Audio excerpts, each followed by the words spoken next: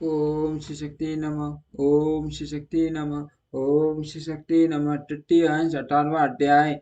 माया मोह और असुरों का संवाद तथा राजा शत्रुघ्न धन की कथा। श्री पार्षद जी बोले, हे मैत्रेय, तदनंतर माया मोह ने देवताओं के साथ जाकर देखा कि असुरगण नर्मदा के तट पर तपस्या में लगे हुए हैं। तब उस मयूर पीछधारी दिगंबर और मुंडित केश माया मोह ने असुरों से अति मधुर वाणी में इस प्रकार कहा।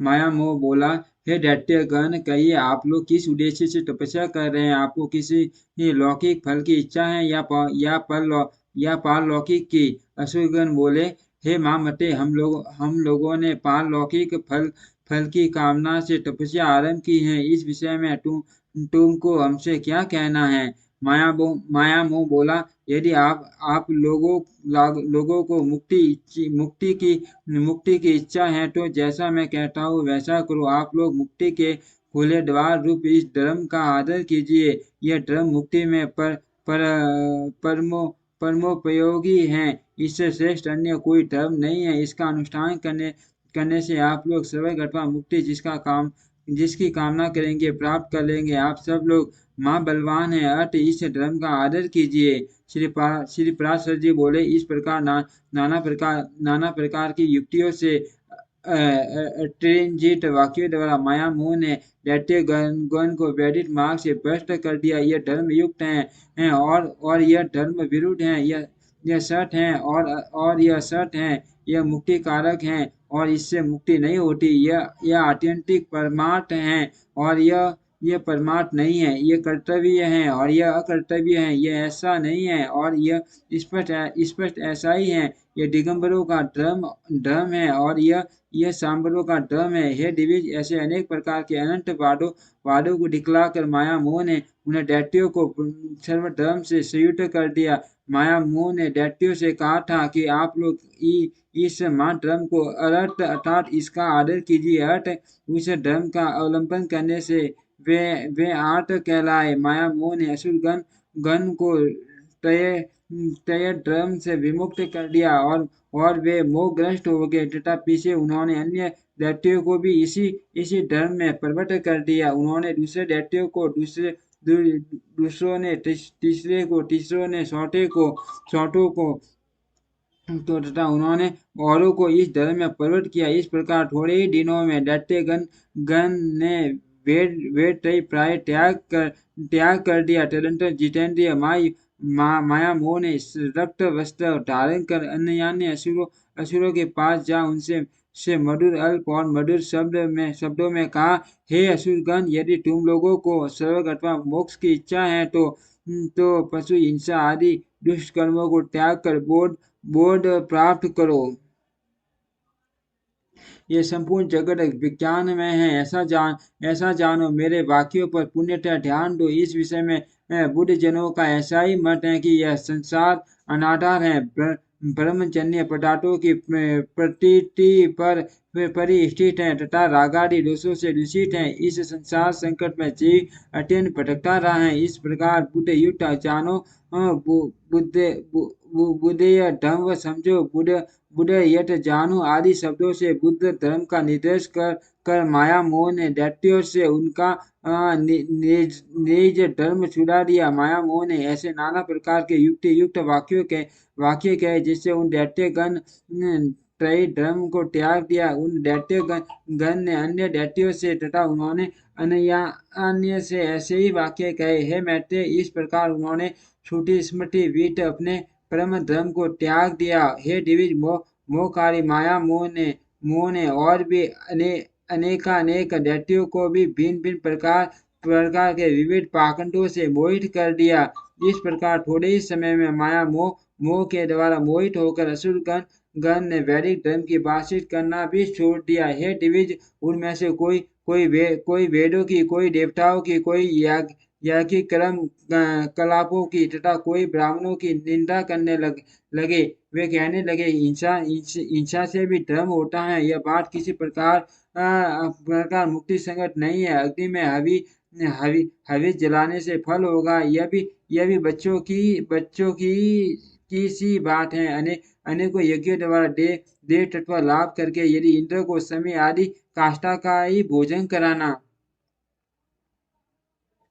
पड़ता है, तो इससे तो पट्टे खाने वाला पशु ही अच्छा है। यदि मन में बलि किए गए पशु को स्वर्ग की प्राप्ति होती है, तो यजमान अपने पिता पिता को ही क्यों नहीं मार डालता। यदि किसी अन्य पुरुष के भोजन करने से भी किसी पुरुष की तृप्ति हो सकती है, तो विदेश विदेश की यात्रा के समय खाद्य पदार्थ ले जाने का परिश्रम करने की क्या आवश्यकता है। पुत्रगण घर पर ही श्राद्ध कर दिया करे। अर्थ ये समझकर कि ये श्रद्धादि कर्म कांड लोगों की अंधश्रद्धा ही है। इसके प्रति उपेक्षा करनी चाहिए और अपने श्रेय साधक के लिए जो कुछ मैंने कहा है उसमें रुचि करनी चाहिए। हे असुरगण, श्रुति आदि आदि आपट वाक्य कुछ आकाश से नहीं गिरा करते। हम तुम और अन्य सबको भी युक्त वाक्यों को ग्रहण कर लेना चाहिए। श्री प्रहलाद जी बोले, इस प्रकार अनेक युक्तियों से माया मोह ने दैत्यों को विचलित कर दिया, जिससे उनमें से किसी भी वेद त्रय में रुचि नहीं रही। इस प्रकार दैत्यों के विपरीत मार्ग में प्रवृत्त हो जाने पर देवगण खूब तैयारी करके उनके पास युद्ध के लिए उपस्थित हुए। हे दिव्य, तब देवता और असुरों में पुण्य संग्राम छिड़ा। उसमें सन्मार्ग विरोधी दैत्यगण देवताओं द्वारा मारे गए। हे दिविज, पहले दैत्यों के पास जो सर्वधर्म रूप कवच था, उसी से उनकी रक्षा हुई। अब की बार उसके नष्ट हो जाने से वे नष्ट हो गए। हे मैत्रेय, उस समय से जो लोग माया मोह द्वारा परिवर्तित मार्ग का अवलंबन करने वाले हुए हैं, वे नगन कहलाए, क्योंकि उन्होंने वेद ही रूप वस्तुओं को त्याग दिया था। ब्रह्मचारी, ग्रस्त, वानप्रस्थ और सन्यासी, ये चार ही आश्रमी में, इनके अतिरिक्त पांचवा आश्रमी और कोई नहीं है। हे मैत्रेय, जो पुरुष ग्रस्ताश्रम को छोड़ने के अनंतर वानप्रस्थ या सन्यासी नहीं होता, वह पापी भी नगन ही है। हे विप्र, सामर्थ्य रहते हुए जो जो वीत कर्म नहीं करता, वह उसी दिन पतित हो जाता है और उस एक दिन रात में ही उसके संपूर्ण नित्य कर्मों का क्षय हो जाता है। हे मैत्रेय, आपत काल को छोड़कर और किसी समय एक वर्ष तक नित्य कर्म का त्याग करने वाला पुरुष मान प्रायश्चित से ही शुद्ध हो सकता है।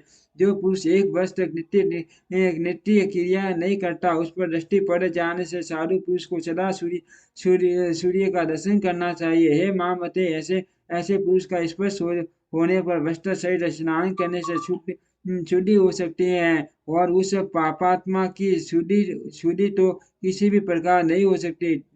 जिस मनुष्य के घर से देवगण, ऋषिगण, पितरगण और भूतगण बिना पूजित हुए निश्वास छोड़ देते अनित्य चले जाते हैं, लोक में उससे बढ़कर और कोई पापी नहीं है।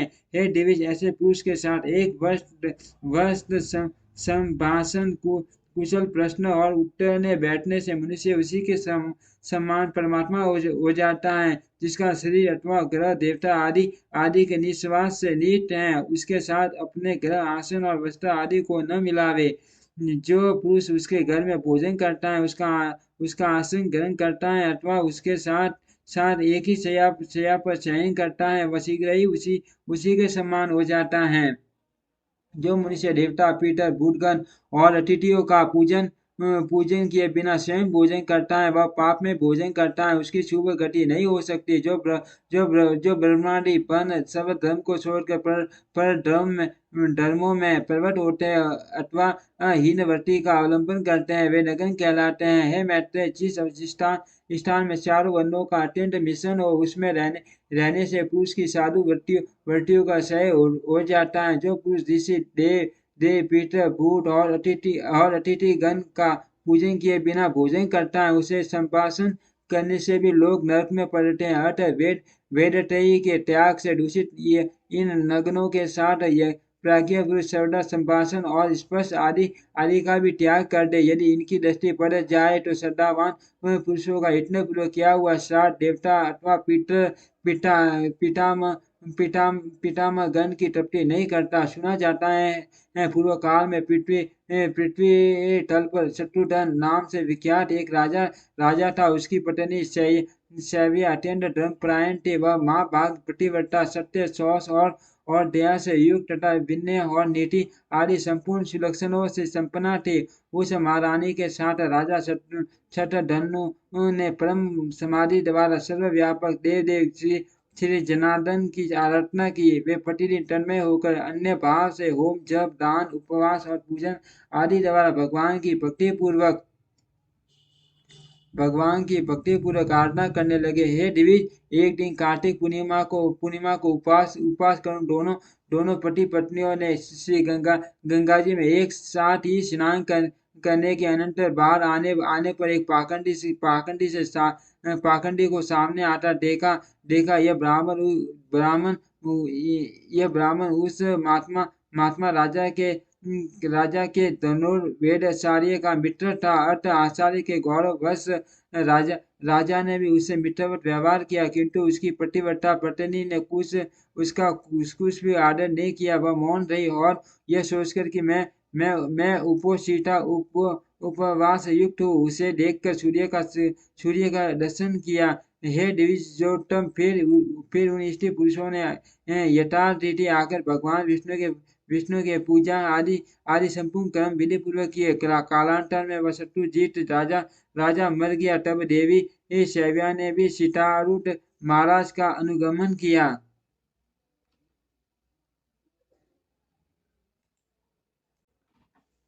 राजा शतधनु ने उपवास अवस्था में पाखंडी से वार्तालाप किया था।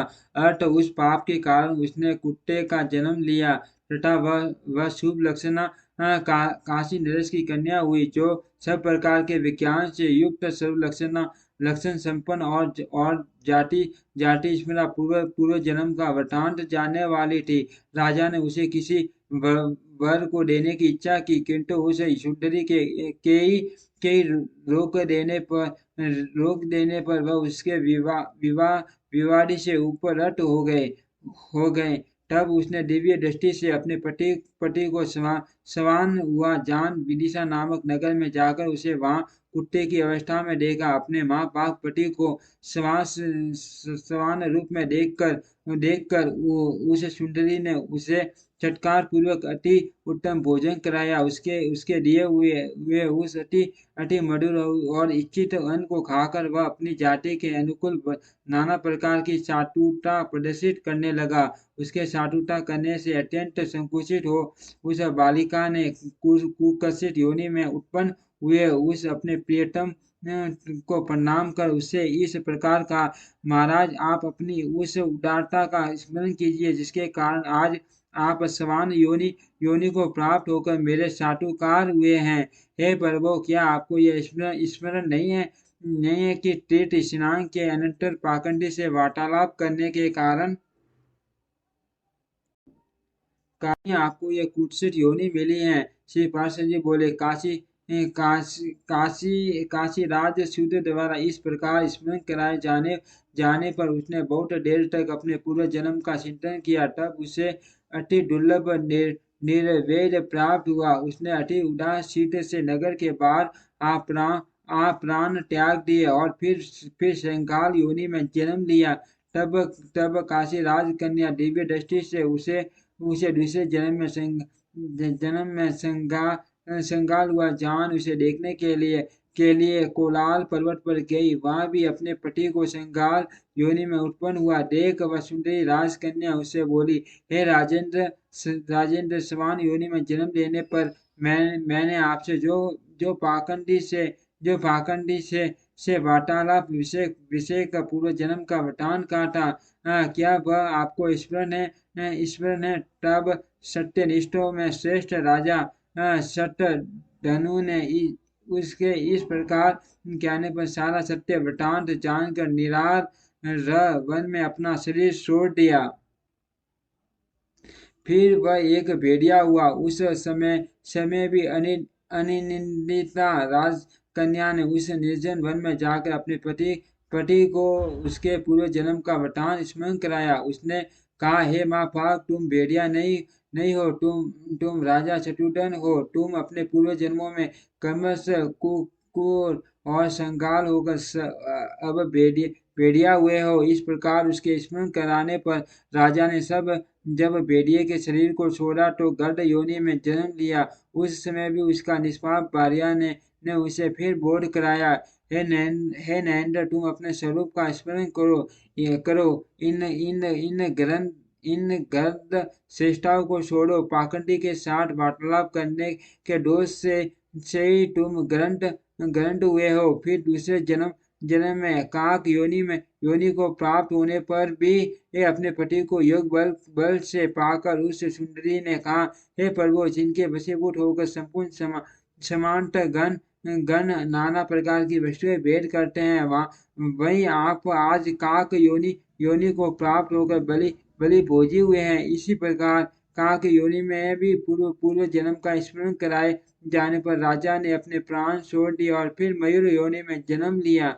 मयूर मयूरावस्था में मैं भी काशीराज की कन्या उसे सन में अति सुंदर मयूरोचित आहार देते हुए उसकी टहल करने लगी। उस समय राजा जनक ने अश्वमेघ नामक महायज्ञ का अनुष्ठान किया। उस यज्ञ में अवभट्ट स्नान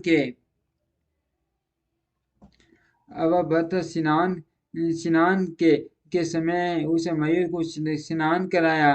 तब उस सुंदरी ने स्वयं भी स्नान कर राजा को ये स्मरण कराया कि किस प्रकार उसने स्वान और श्रृंगार आदि योनियां ग्रहण की थी। अपने जन्म परंपरा का स्मरण होने पर उसने अपना शरीर त्याग दिया और फिर महात्मा जनक जी के यहाँ ही पुत्र रूप जन्म लिया। तब उस सुंदरी ने अपने पिता को विवाह के लिए प्रेरित किया। उसकी प्रेरणा से राजा ने उसके स्वयंवर का आयोजन किया। स्वयंवर होने पर उस कन्या ने स्वयंवर में आए हुए अपने उस पति को फिर प्रतिभाव से वरण कर लिया। उसे राजकुमार ने काशी राज्य छुटा के साथ नाना प्रकार के भोगे और फिर पिता के परलोकवासी होने पर विदय नगर का राज्य किया। उसने बहुत से यज्ञ किए, याचकों को नाना प्रकार से दान दिए, बहुत से पुत्र उत्पन्न किए और शत्रुओं के साथ अनेकों युद्ध किए। इस प्रकार उस राजा ने पृथ्वी का न्यायानुकूल पालन करते हुए राज्य भोग किया और अंत में अपने प्रिय प्राणों को धर्म युद्ध में छोड़ा। तब उस सुलोचना ने पहले के समान फिर अपने सीतारूढ़ पति का विधि पूर्वक प्रसन्न मन से अनुगमन किया और इससे वह राजा उसे राजकन्या के सहित इंद्रलोक से भी उत्कृष्ट अक्षय लोक को प्राप्त हुआ। हे दिव्य श्रेष्ठ, इस प्रकार शुद्ध हो जाने पर उसने अतुल्य अक्षय स्वर्ग, अति दुर्लभ दाम्पत्य और अपने पूर्वजित पुण्य का फल प्राप्त कर लिया। हे दिव्य, इस प्रकार मैंने तुमसे पाखंडी से संभाषण करने का दोष और अश्वमेघ यज्ञ में स्नान करने का महात्म्य वर्णन कर दिया। इसीलिए पाखंडी और पापचारियों से भी कभी वार्तालाप और स्पर्श न करे। विशेष नित्य नैमित्तिक कर्मों के समय और जो यज्ञादि क्रियाओं के लिए दीक्षित हो, उसे तो उनका संसर्ग त्यागना अत्यंत आवश्यक है। जिसके घर में 1 मास तक नित्य कर्मों का अनुष्ठान न हुआ हो, उसको देख लेने पर बुद्धिमान मुनि से सूर्य का दर्शन करे। फिर जिन्होंने वेद त्रयी का सर्वथा त्याग कर दिया है तथा जो पाखंडियों का अन्न खाते और वैदिक मत का विरोध करते हैं, उन पापात्माओं के दर्शनादि करने पर तो कहना ही क्या है। इन दुराचारी पाखंडियों के साथ वार्तालाप करने के संपर्क में रहने और उठने बैठने महान पाप होता है। इसीलिए इन सब बातों का त्याग करे। पाखंडी, विकर्मी, विडाल, व्रत वाले, दुष्ट, स्वार्थी और बगुला भक्त लोगों का वाणी से भी आदर न करे। इन पाखंडी, दुराचारी और अति पापियों का संसर्ग दूरी से दूरी से त्यागने योग्य हैं, इसीलिए इनका सदा त्याग करे। इस प्रकार मैंने तुमसे नगनों की संख्या की जो इस प्रकार मैंने तुमसे नगनों की संख्या की जिनके दशम मात्र सार नष्ट हो जाता है और जिनके साथ संभाषण करने से मनुष्य का एक दिन का पुण्य क्षीण हो जाता है। ये पाखंड बड़े पापी होते हैं। बुद्धिमान पुरुष इनसे कभी संभाषण न करे। इनके साथ संभाषण करने से उस दिन का पुण्य नष्ट हो जाता है। जो बिना कारण ही जटा धारण करते अथवा मुंड मुंडाते हैं देवता अतिथि आदि को भोजन कराए बिना स्वयं ही भोजन कर लेते हैं, सब प्रकार से शौकीन हैं तथा जल दान और पीठ पिंड आदि आदि से भी बहिष्कृत हैं। उन लोगों से वार्तालाप करने से भी लोग नरक में जाते हैं। इति श्री विष्णु पुराणे तृतीय अंश दसो अध्यायम इति श्री पराशर मुनि वीरशीते श्री विष्णुपुरत्व निर्णायके ये श्रीमती विष्णु पुराणे तृतीय अंशे समाप्त। ओम श्री शक्ति नमः। ओम श्री शक्ति नमः। ओम श्री शक्ति नमः। ओम श्री शक्ति नमः। ओम श्री शक्ति नमः। ओम